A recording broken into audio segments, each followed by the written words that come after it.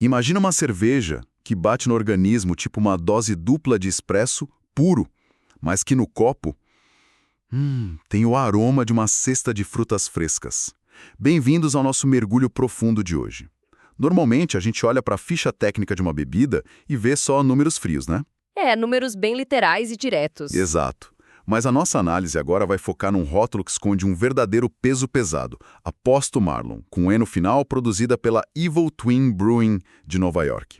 A missão aqui é pegar esses dados brutos e entender o que eles significam, tipo, na prática, para o paladar de quem curte a bebida. E olha, os números dessa receita são realmente agressivos, sabe? Começando pela classificação, ela é uma IPA, mas uma quádruple. O teor alcoólico, o famoso ABV, bate nos espantosos 12%. Peraí, 12%? 12%. E o detalhe da ficha é que não é uma produção colaborativa, nem uma bebida safrada. É a cervejaria assumindo o volante sozinha e, assim, pisando fundo no acelerador. Mas vem cá, 12% de álcool numa IPA. Na prática, isso não fica com gosto de álcool puro queimando a garganta? Porque se uma IPA normal já tem uma pegada intensa, essa quádruple soa tipo um xarope alcoólico. Como é fisicamente possível engolir uma coisa dessa sem fazer careta? Nossa, sim, essa é a primeira impressão que dá. Mas é aí que entra a engenharia complexa da fabricação, que é fascinante.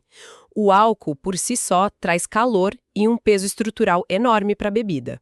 Tá. Se não tiver sustentação para esse peso, vira um licor desajeitado mesmo. Então, para equilibrar esses 12% sem destruir aquela refrescância típica de uma IPA, os cervejeiros precisam construir uma base aromática colossal. Ah, eles compensam o peso do álcool com o aroma? Exatamente. A lógica química é bem simples, na verdade. Se o álcool grita de um lado, o aroma precisa gritar ainda mais alto do outro para empatar o jogo. E pelo jeito eles trouxeram uma caixa de som gigante para esse jogo, né? A especificação cita um processo de duplo dry hop, usando lúpulos Riwaka e algo chamado Riwaka Amplifier. Isso, o amplifier. Confesso que Riwaka Amplifier soa muito mais como um pedal de distorção de heavy metal do que um ingrediente de cerveja. Até que ponto esses termos super técnicos impactam de verdade a experiência lá no copo? Olha, a analogia do pedal de guitarra é perfeita para explicar o mecanismo. Pensa no lúpulo Riwaka comum como um violão acústico tocando umas notas mais frutadas, cítricas, sabe? Certo, o violão acústico. Aí você traz o duplo dry hop, que é a técnica de adicionar o lúpulo a frio em dose dupla. Esse processo, trabalhando junto com esse tal amplifier, basicamente pega esse violão e liga no amplificador no volume máximo. Caramba! Pois é, o impacto absoluto da fruta chega no olfato na hora, mas sem extrair os óleos fervidos da planta. Ou seja, entrega o volume todo, mas sem a distorção do amargor rasgando a garganta. Ah, faz todo sentido agora. É por isso que o IBU, o nível de amargor na ficha técnica, simplesmente consta como não disponível. A intenção principal não é amargar, é criar uma cortina de fumaça aromática gigante para esconder o álcool. Exato, é uma técnica de ponta muito sofisticada para camuflar toda essa potência. E os números provam que essa estratégia de focar na explosão olfativa deu super certo. A nota dela é altíssima, um 4,11 baseado em quase 1.000 avaliações. A aceitação foi absurda, de fato. Mas, mergulhando nesses dados, eu não tenho um detalhe super curioso sobre a retenção.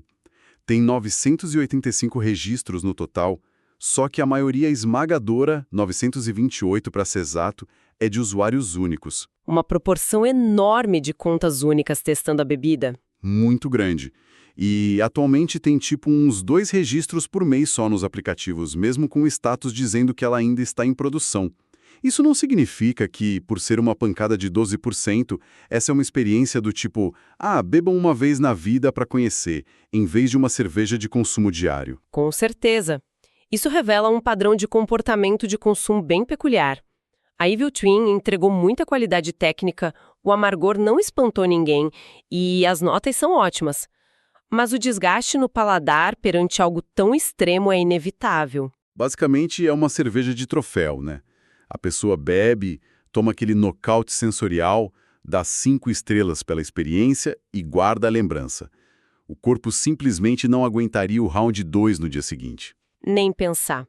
Definitivamente, não é aquela latinha para se abrir de forma despretensiosa numa terça-feira à noite. E prever essa intensidade antes do primeiro gole, lendo as entrelinhas, é o que separa um consumidor casual de um verdadeiro entusiasta. O que deixa uma dúvida final, super provocativa no ar para quem nos acompanha. Se a gente tirasse esse nome reverente da cultura pop e a degustação fosse 100% às cegas, até que ponto a ausência do rótulo alteraria a nossa percepção neurológica dos sabores? Será que o volume daquele pedal de distorção cítrico soaria tão alto no cérebro se não houvesse o peso do marketing dizendo que essa é uma experiência extrema? Talvez a expectativa seja sempre o ingrediente mais forte da receita. E assim chegamos ao final de mais um episódio do Beer Review, um podcast da Rare Beer Brasil. Aqui exploramos o universo das cervejas artesanais, com histórias, curiosidades e experiências que tornam cada gole especial. Beer Review, Rare Beer Brasil. Se você curtiu, siga o podcast na sua plataforma preferida para não perder nenhum episódio. Compartilhe com amigos que amam descobrir novos sabores e histórias. Beba menos, mas beba melhor. Até o próximo episódio e saúde!